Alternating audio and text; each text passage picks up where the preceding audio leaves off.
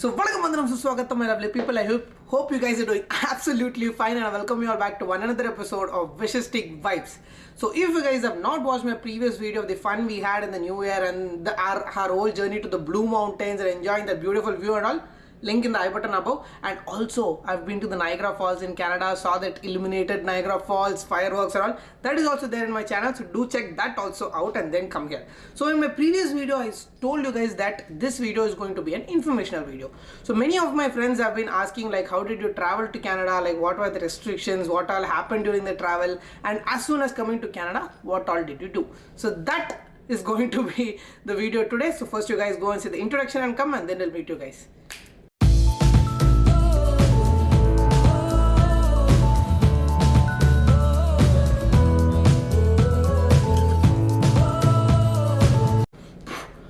First thing that we are going to discuss today is about the travel.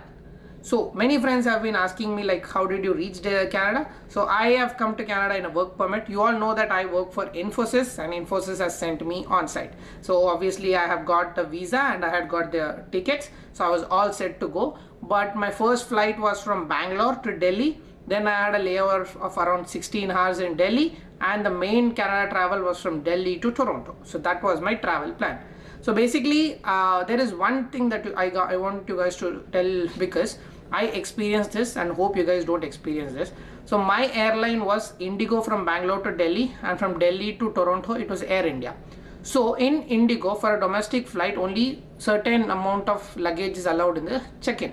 But since I was going international, I had around 24 kgs of allowance in my international travel. So what they told us, they were like, no, we can't allow you in the domestic flight. You have to pay like 24,000 extra in order to take this luggage. But one thing you guys have to notice, that if your company is sending you on site, then your domestic travel will definitely have the luggage that is accepted in the international travel, which will be there with the PNR. So I didn't know this. Thank God I had the number of my agent who booked my ticket. I called him up, and then all these jugaad things happened, and then they accepted. So basically every information that you want is there in the PNR. So in case if any of them tells that no, we can't allow this luggage in domestic flights, just tell them to scan the PNR, because obviously your company would have booked. Okay, done. Then from Bangalore I reached Delhi around 11:30 in the morning. Then I had booked my RTPCR test. So one mandatory thing that you should do during this COVID times is book an RTPCR test. So the link to book those RTPCR tests in the Delhi airport is in the description below. Note that you have to book that beforehand, so that as soon as you go there, you don't want all this janjat. You can directly go in and take the COVID test. So the price of RTPCR is 500 rupees. So for this 500 rupees, you will get the results in 6 hours. Since I had a layover of more than 12 hours, I thought this is the best option. There is one more thing called as rapid PCR, which they'll give you the result in 1 hour, but that costs 3,000 rupees. So you can decide which one you want to take. So I took the 500 one. I went, showed my booking. They took my RT-PCR test. They had taken my email ID and WhatsApp phone number, so that as soon as the result comes, they'll send it to that. Now the problem is, after completing my RT-PCR, this RT-PCR test happens in the metro, the way to metro. So you have to come out of your terminal, then go towards the metro. In the starting of the way towards the metro, there is a COVID testing booth, and that is where this happens. Now the problem is, you can't go in back to the terminal, because my flight was the next day 4 AM. So I can go into the terminal only at 10 in the night. So the problem is, I had to spend my time right from 12:30 till 10 in the night moving around the terminal and not able to go inside. So you guys can plan accordingly. If you have any friends in Delhi, better go and stay at their home and enjoy, or else you have to be like me, like roaming around the terminal. Thank God my friend had come, so I was like spending time with her in the evening. Hope you guys seen that video also, my first international vlog. If not, link in the I button above. So that was done. And then around 10 o'clock I came in, and the result you will get in 6 hours. So around 6:30 I got my result. The thing is, you will get your result in WhatsApp or in mail. So there is one more thing you have to do. You can show this also, but the best thing is to get a hard copy of that. So as soon as you enter your terminal at around 10 o'clock or something, in the right end, so there is a booth where you have to just show your serial number of this COVID test. They'll give you a hard copy. So keep that safe. Okay.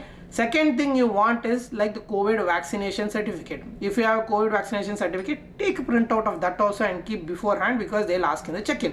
So they asked me all this only in the immigration. They asked me like for what I'm going, and they asked me my appointment letters and all, and they asked me, asked me to show the visa, the passport, and the COVID vaccination certificate, and the COVID result, RTPCR result now.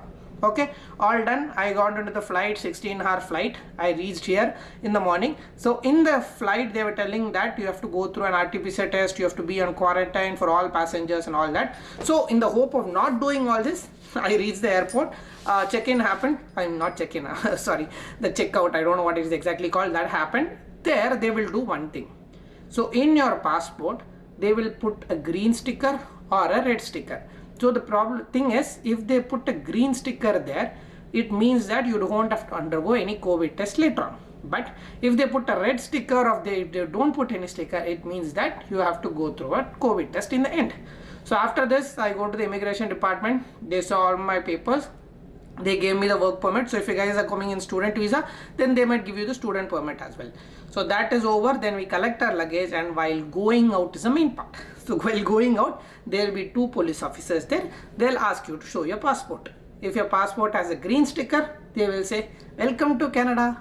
If there is not a green signal, then they will say, please, 5 minutes ke baad, welcome to Canada. So they'll take you to the COVID center, take the COVID RT-PCR test, and they will tell you until the RT-PCR test result is coming out, you have to be in quarantine. That happened to my friend Bichara. Okay, then I came out of the airport. Now the thing is, you have to go from the airport to your hotel or somewhere, Airbnb that you have booked, right? Okay, so there are 3 options. One is an application called as Lyft. So this is yahan ka Ola, okay, Lyft. Then we have our own Uber. And the third thing is airport taxi. So if you don't want to download all this Lyft, Uber and all, Uber, this is not Indian Uber, here different Uber application you will download. So better is go out of the airport, there will be a lot of taxis, take the taxi and reach the hotel room. So this was all about the travel. You guys watch this, time lapse first, and then we will talk about the next thing next.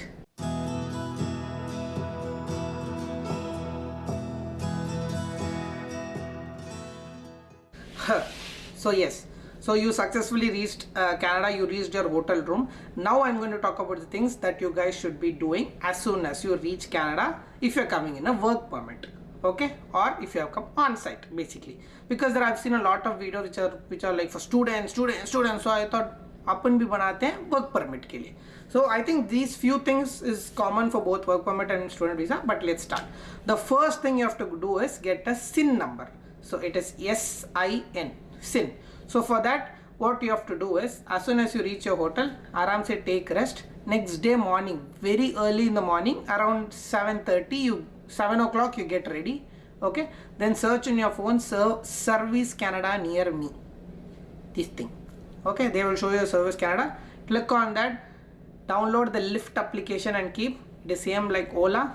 Give your credit card details or debit card details, then book a taxi from there to your Service Canada.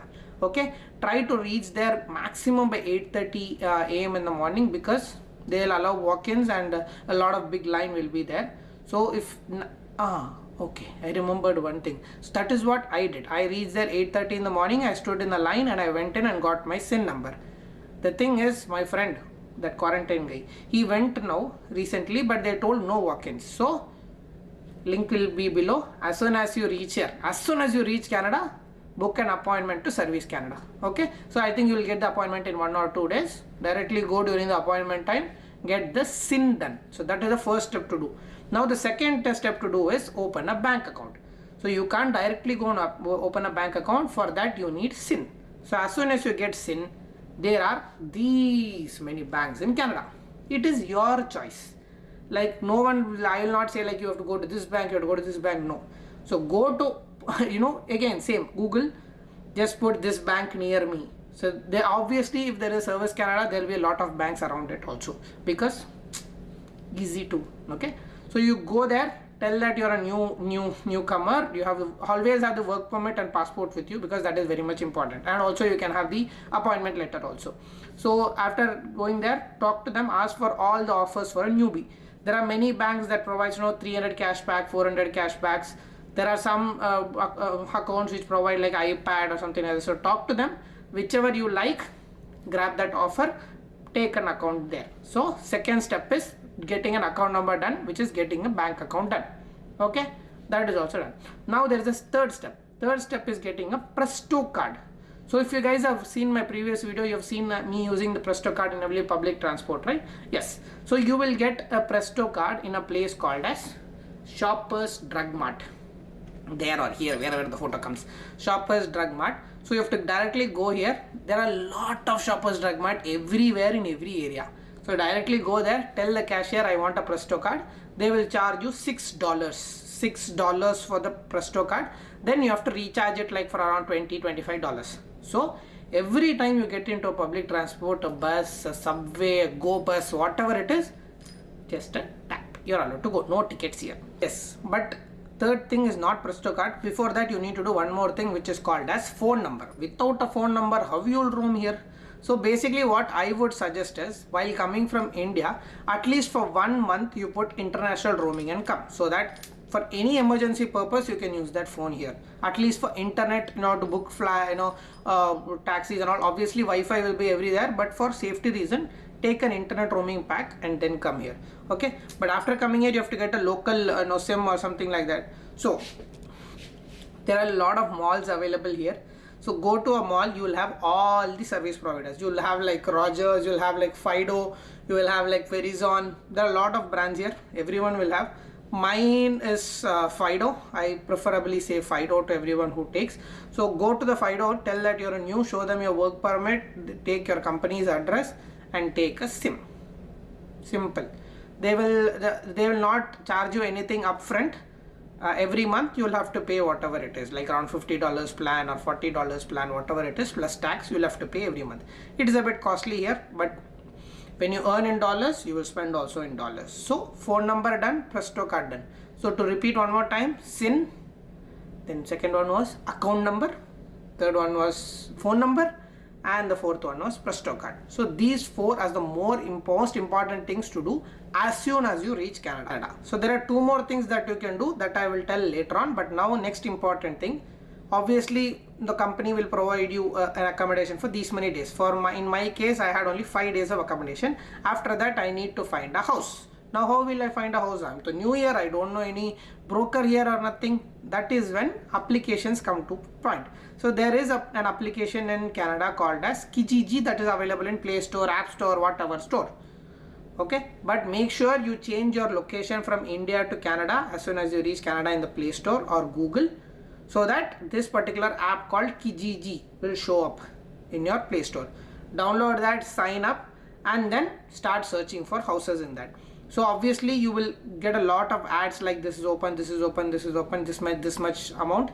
So usually you get, for a single person like me, you can get a room for around starting from $550 till $850 in this range dollars. You might get a house for 1 month. Or if you are coming as a family, then if it is a 1 BHK, it will cost you somewhere from 1,300 to 1,800, something around that. So that you will find easily on Kijiji. So go and visit that place. Obviously take again Lyft or taxi or something, or if you are so confident, use the Presto card and Google Map. It will exactly show you where you should go, what time the bus will come, get into that, go through Presto card also, or go use the public transport, reach the place, go meet the person or see the house, talk everything with them, deal everything with them, finish off. That is how you find house. But other than Kijiji, you also have something called as Facebook Marketplace. Yes, that only. In India, they will sell all these products in Facebook Marketplace. Here, they will sell houses also. So now you found a house, you did all these things, everything happened. So after you find a house, try to take at least a rental agreement for 3 months at least, so that you have some address proof with which you can do other things. Now the next thing you have to do is find a health card. So here there's a lot of 13% tax. Okay, whatever you buy in dollars, you buy a $10 thing, you'll have to pay 13% of it, $1.3 for tax. Okay, so now the question that comes to everyone's mind is, where is all this tax going? That it is going like in India. But what is the benefit that we get here that we don't get in India is our kids' education is free, and the second thing is health is free. Okay, how to get this health free? You can go into any government clinics nearby or any government hospitals. Most of your health will be taken care with the help of a health card. So I live in Toronto, which is an Ontario province. So I have a place called as Service Ontario. Okay, you have to just go to book again. You can't just do walk-in. You have to book an appointment. I will leave the link below for a Service Ontario appointment also. Click on that, book an appointment, and go to the Service Ontario.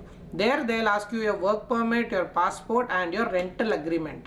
That is where this rental agreement comes to show that address proof. So with that, if you apply, then obviously it will be done and you will get a health card.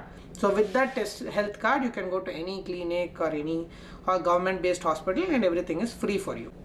So once the health card is also done, one more thing you can do is getting a license here.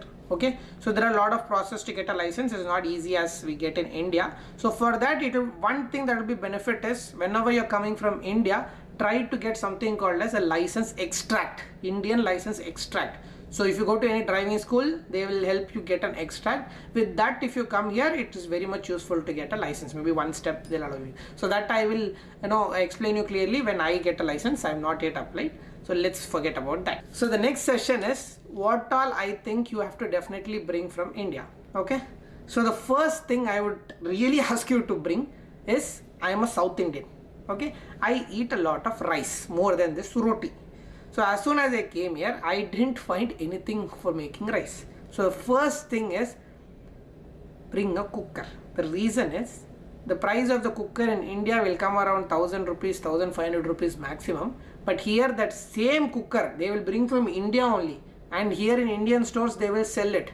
But they will sell it for triple the price. So it's up to you whether you bring it for sasta from India or you want to come here and spend mango on that. So first thing is cooker. Second thing is, when you come to Canada, obviously for the first 1 week or 2 weeks, you will not know much like how to go around and what to eat or all. Everything will be costly and stuff. So try to bring some instant foods, okay, like MTR or something like that.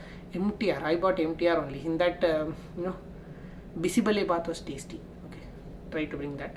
So instant foods is one option. You can use that for eating. And that is also one important thing that you have to bring while coming from Canada. So first one is cooker, second one is instant foods. Third thing is that milk boiler. Video starting, I made coffee, that milk boiler. Try to bring that so that you can heat something there. Okay, and the next thing you have to bring is one kadai if you can. Okay, obviously here sometimes you can't get a kadai, but yes, obviously it is costly. So try to make space in your bag where you can bring a small kadai also. So one kadai, one cooker and one milk boiling thing is the best utensils. Above all this, there is one important thing that you should definitely bring. If you don't bring that, you're gone. Okay, that thing is called as universal charger. This pin you see, this is the pin that they use in Canada. But what is our Indian pin? This. So obviously you have to bring a universal charger. You will get it sasta in Amazon, okay, or in Indian any stores.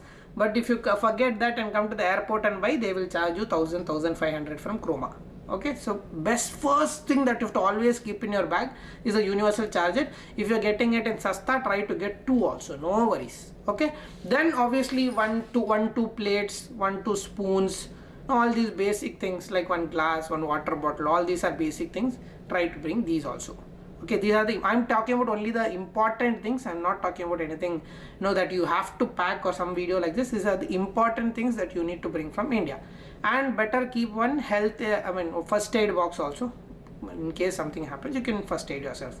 So these are the things that I feel that you have to definitely bring from India. Okay, one disclaimer or one advice I would try to give is, try to minimize the number of shoes you bring here. Maybe like around 2-3 is maximum is enough, because after coming here obviously you have a lot of options here. You will buy shoes here, so bring less shoes. Second thing is, if you are coming in the peak winter time, that right now, maybe get a nice jacket from the Decathlon, just like to survive after coming here, because the jackets we get here in Canada is more durable and they build it for this climate. So even if you bring a big jacket from India, that will not be sufficient here. So get a normal jacket from Decathlon, like around that -10 degree thing. Okay, and after coming here, we can go and aram se buy a nice winter jacket. Okay, similarly goes to winter shoes also.